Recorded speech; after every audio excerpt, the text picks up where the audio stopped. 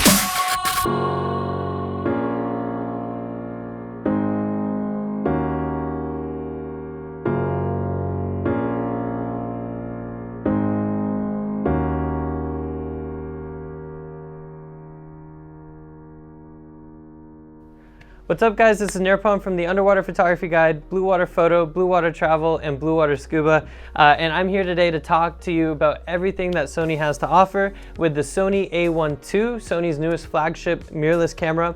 It's a 50 megapixel full frame mirrorless camera that can do 8K video and 4K video up to 120 frames per second. Not only that, I just got back from Socorro, Mexico, leading one of our Bluewater Travel underwater photography workshops where we photographed sharks, hammerheads, whales, dolphins, you name it. And I did it all with the Sony A1 II. I took video, and as you guys saw in the beginning clips, and as you will see throughout this review, this camera certainly lives up to the Sony name and is definitely a flagship camera. It's been updated to have everything you could want in a camera. So this is gonna be my full review. Now, before we get into this review, please like and subscribe to our YouTube channel. It's much appreciated. Liking this video really gets it to everybody out there using the YouTube algorithm. So yeah, I really appreciate it. Thank you guys for that. And if you want to support our content and keep seeing more videos, please make sure you get the housing, camera, strobes, lenses, video lights, whatever it is from Bluewater Photo, and you can always reach out to us and our friendly sales staff at sales@bluewaterphotostore.com anytime you want. Okay, so let's get into this video. Now, this is not going to be a huge review, and the reason for this is because the Sony A1 II is not a huge update from the original Sony A1. However, it's a necessary update because the Sony A1 came out maybe 3-4 years ago. I've already forgot how long it's been. And since then, Sony's really perfected its technology. It's added new camera modes, including a better autofocus system with AI autofocus processing. It's added better stabilization with in-body image stabilization up to 8.5 stops. It's added a new pre-capture mode. It's added a self-framing mode for those of you that are doing talking head videos just like me. And so there are all these modes that have come out in different camera models, from the Sony A7R V to the Sony ZV-E1. Well, all of those models that were lesser cameras to the A1 were getting the newer features. However, some of these newer features really do require a hardware update, like the AI autofocus processor. So Sony decided it's time to do a full hardware update, and it created the Sony A1 II, which is the new flagship model. It lives up to its name, but again, it's not a huge upgrade. So if you're watching this video and you have a Sony A1, I would say, well, you don't really need to get the Sony A1 II unless you really want perfect autofocus. So if you're unhappy with the autofocus, the Sony A1 II is great for that. But if you are a Sony shooter and you've really been thinking, okay, it's time for me to get the best of the best, the Sony A1 II should definitely be on your radar. All right, so let's get a little bit deeper into the Sony A1 II, and I want to start by talking about the image quality in the camera. So the Sony A1 II has the same great 50 megapixel photos that you saw in the Sony A1. I think it's a perfect resolution for a full frame camera. It's not too many megapixels where things start to get noisy at higher ISOs, kind of like with the A7R V. But at the same time, it's not too few megapixels to not crop in as much as you can for macro. So it's a great in-between, but even then it's not an in-between because it still has more megapixels than you can find on the Canon R5 II or the Nikon Z8. The image quality is perfection. I feel like Sony's really finally gotten their white balance and their colors right, starting with the A7R V. Just little tweaks to their files have made it really easy to edit underwater photos. And I've really been enjoying the files and the editing that I get from them. The image quality at high ISOs is excellent. I had no problems pushing this camera up to 1200 if I needed to, or even higher with my ISOs, but I really didn't need to because the water in Socorro is blue and it's gorgeous. And unfortunately, I didn't need to push this camera as much as I would here diving on the west coast of Washington and California. Now, another benefit to the image quality is the Sony A1 II's new in-body image stabilization system. So the previous in-body image stabilization system on the A1 was 5.5 stops of correction. Now we're getting 8.5 stops of correction. So what does that mean? Well, if you're getting motion blur, or just starting to get motion blur at 1/100th of a second with the lens that you're shooting, with the Sony A1 II, you can start to get motion blur only at, let's say, 1 or 2 seconds. But basically, one stop is half the exposure. So one stop of correction would be 1/50th of a second. 2 stops would be 1/25th of a second. 3 stops would be 1/12th of a second. So all the way down to 8.5 stops of correction, which is phenomenal.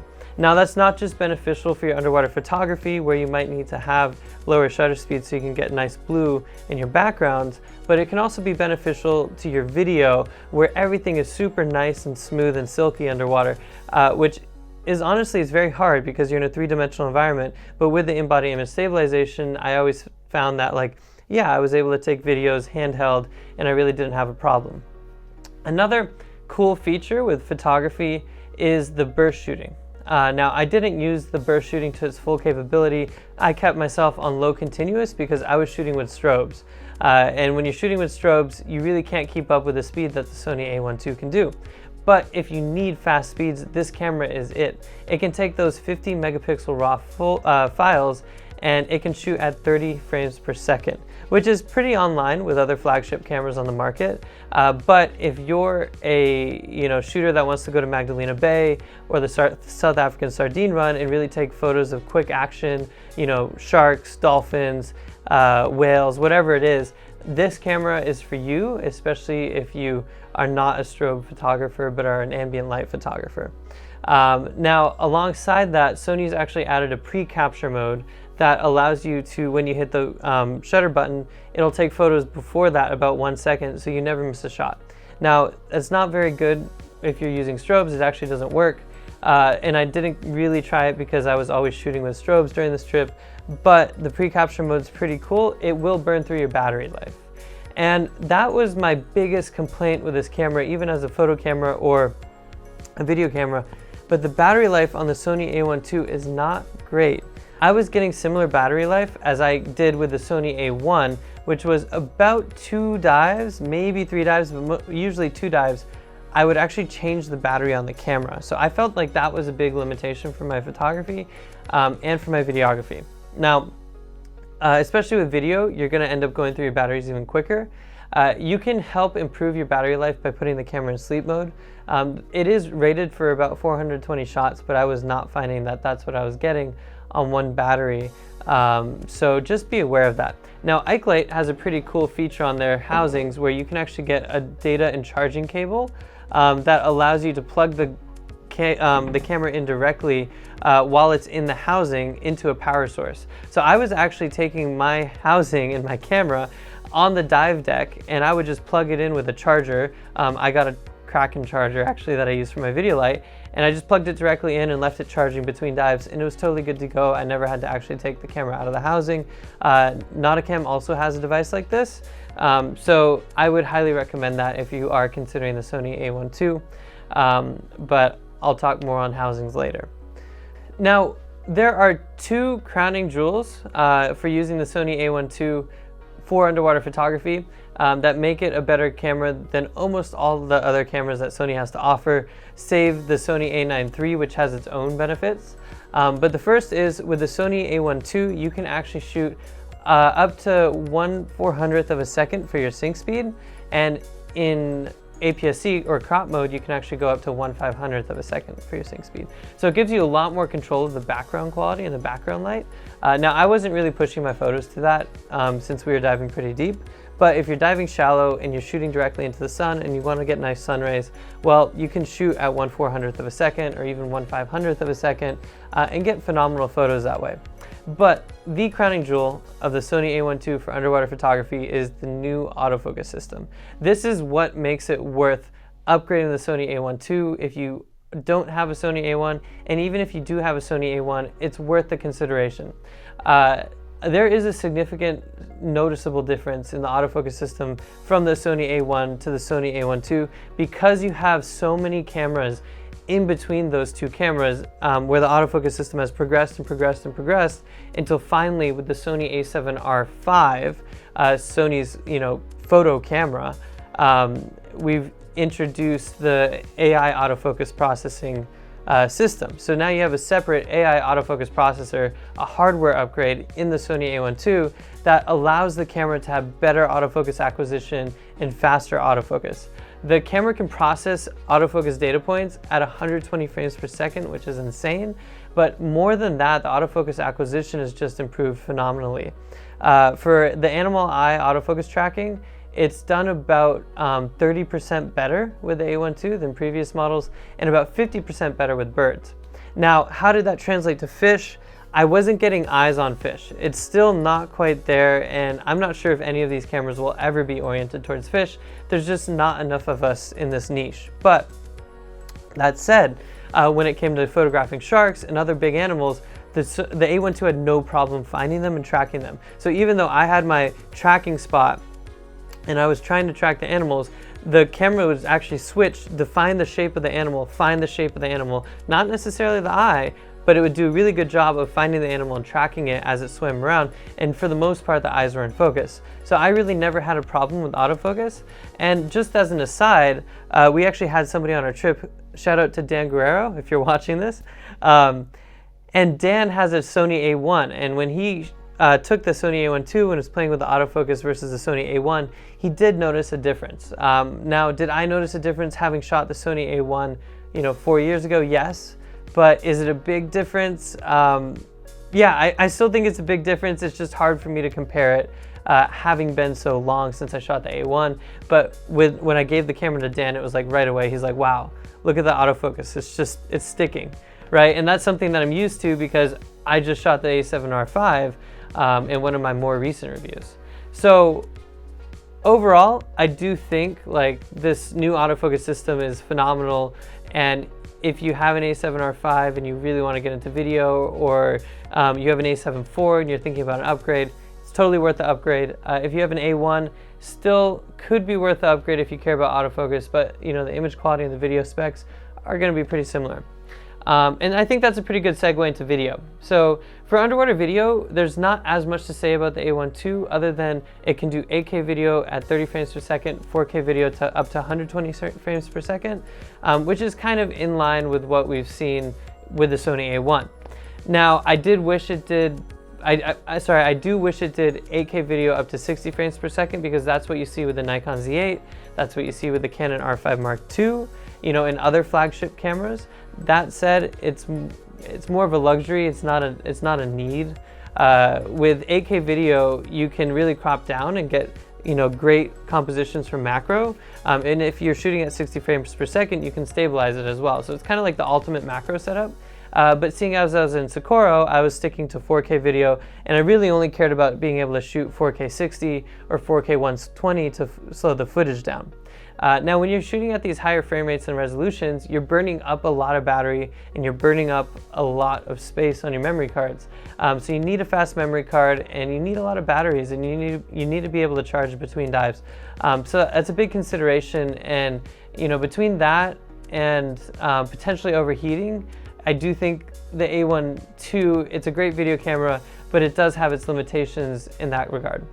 Now that said, having the new in-body image stabilization system, I noticed how much smoother it was versus the A1. I really didn't have to worry about whether I was being steady, whether I was being stable. Even when I'm filming this review with the Sony A1 II, my footage, as I was panning with the tripod to set this up, I noticed, wow, that is silky. So that's a pretty cool feature on the A1 II, and I think it makes it, you know, a pretty good choice for video. As with most Sony cameras, you can do S-Log2, S-Log3. I shot some of my video in S-Log3. For those of you that don't know what it is, log profiles basically allow you to take the shadows, take the highlights, and it compresses it down to a file to be uncompressed, and you'll get better dynamic range and detail and color editing. So I played around with that with my Socorro video, but honestly, sometimes I just felt like, well, I'm gonna be lazy today. I'm gonna do an auto white balance, or sometimes maybe a manual white balance, but I'm not gonna shoot S-Log3, and I'm just gonna let the normal Sony picture profile do the rest, and it did a good job. Now, if all of that sounded like a lot to you, make sure you check out our underwater settings guide for the Sony A1 II, which I'm dropping below in our description, so you can find that, along with links to buy the camera, lenses, housings, and everything like that. And that's a good segue into the underwater housing for the Sony A1 II. Now, at the time of this review, I believe the hike light housing for the Sony A1 II is the only housing on the market. In fact, currently, it's really hard to get the camera. I don't know how iClite did it, but they managed to get the camera and build the housing before anybody else could get their cameras. So I was actually one of the first, maybe the first person to take the Sony A1 II underwater, and I'm thrilled at the results I got, and it's really cool that, you know, being in Socorro, I got to have this new special camera, the flagship that Sony has to offer. And honestly, I think this is the flagship that iClite has to offer. It's an amazing housing. They've really updated the knobs, so there's a lot better grip. They've got new features on their housing, including this charging and data transfer cable, which I use to charge my housing, my camera the whole time. And then when I wanted to actually transfer my photos, I just plugged it in again. So I never took my camera out of the housing unless I needed to change lenses, but even then, just the port. Another thing I like about the housing is it actually has a new bulkhead. The new bulkheads offer a better connection with a smaller cable in the same great TTL functionality. And I use the TTL converter on most of my dives in Socorro because things are moving so fast. You don't have time to change your strobe power or anything like that. So I was getting awesome exposures, awesome image quality, and the features on this housing are just great. It's really easy to zoom in and out, but I didn't need to do that because with the lens I was using, I just custom set a button to zoom in and out, and that was pretty cool. And then finally, of course, you've got the nice levers on the housing that allow you to hit your back button focus and your shutter as well. So overall, I'm thoroughly impressed with iClite's housings. John Brigham, shout out to you. You keep making your housings better with every rendition, and I felt the same way about the A1 II. Now, some of you might be asking, I heard, well, the Sony A1 II is similar to the Sony A9 III. Are those going to be in the same housing? For the moment, it seems like those are going to be different housings. This housing is just for the Sony A1 II. It's depth rated to 200 feet. And I expect that to be the same with Nauticam, Mirrorless, Isoda, every other brand that's going to come out with a housing. Currently, there's no other brands, but I do expect a housing to be from at least Isoda, Nauticam, Mirrorless, and Aquatica, maybe CNC. I don't know if they're going to be able to do that with the universal housing just yet, but that would be great. And probably Aquatech. Well, definitely Aquatech at some point. So if you're into surf photography, that'll be out as well. But yeah, so that will cover most of the housings. Now finally, let's talk about underwater lens options for the Sony A1 II. I'm filming this video here with the Sony A1 II and the Sony 16-35 PZ f4. This is a new rectilinear wide-angle lens from Sony. It's a power zoom lens, so you can actually custom set buttons on the camera, which is awesome, so that you can zoom in and out, and that's what I was doing in Socorro. And that was a great lens for Socorro. I didn't have to worry about zoom gears. I just put the camera right into the housing, used the custom buttons, and it was fantastic. When it comes to fisheye, Sony still doesn't really have an amazing fisheye option. So I opted for the Canon 8 to 15mm fisheye with the Sigma MC11 adapter. The autofocus was slower, of course, than the 16 to 35, but if you want that fisheye look, you can't go wrong. And honestly, the autofocus system is so good on the A1 II. If you use it with the Sigma MC11, it does a great job. Now, the Sigma MC11 doesn't allow autofocus for video. So if you're a video shooter, I would recommend the Metabones adapter. And just make sure if you have an adapter that you do firmware updates, as that'll make it as quick as possible. Now, I didn't get a chance to shoot macro with the Sony A1 II, but for macro lenses, I recommend the Sony 90mm macro. It's a classic lens. If you're doing video, I highly recommend the Sony 90 macro. And then I also recommend the Sigma 105 macro, which in my opinion has just as good image quality and autofocus speed. It just has a little bit more focus breathing. So it's a cheaper option. And if you're not really that into video, then I think the Sigma 105 is an excellent lens. Now, when it comes to the Sony 50mm macro, it's not really a lens that I would recommend. The autofocus is just pretty slow. And honestly, for blackwater diving, it's kind of a hard choice with Sony cameras. I choose to go with the 90. Some people choose to go with the 90 and a diopter to shorten that focusing distance, but even then you're going to be limited to a minimum and a maximum focusing distance. So it's a hard consideration, and if you're wondering about blackwater diving with your camera, feel free to reach out to us and I'm happy to give some more recommendations.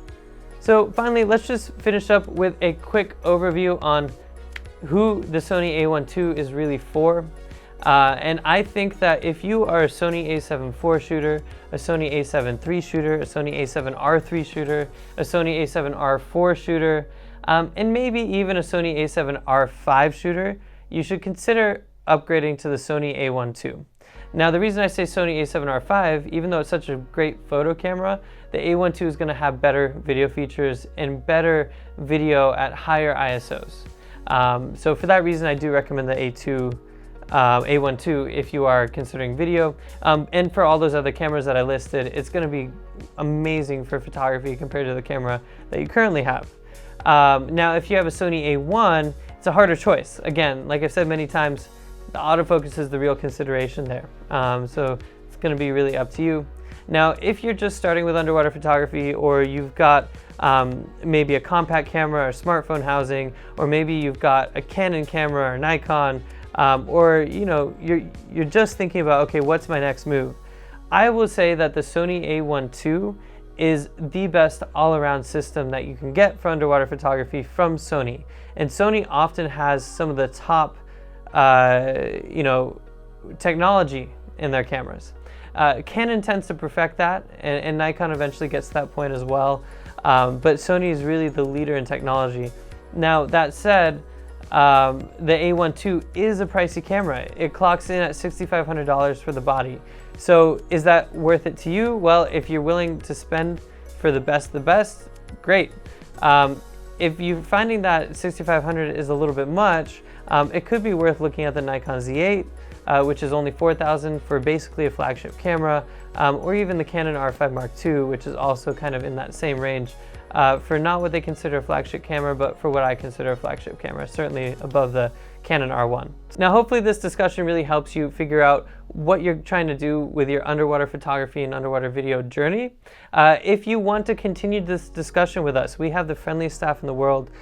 So please email us at sales@bluewaterphotostore.com. We're happy to talk with you about the camera. We're happy to get you set up with a whole underwater camera system. All of that helps support our content. And of course, feel free to drop comments below, and I'm happy to answer them and talk to you about them as well, as quickly as I can get to them. And yeah, thank you guys so much for watching. I really appreciate it. Please remember to like and subscribe for the YouTube algorithm. And with that, I will see you guys out there diving with the Sony A1 II. And hopefully you guys get to see a whale like I did on my Socorro trip. Shout out to Bluewater Travel for an amazing trip and everybody who joined in.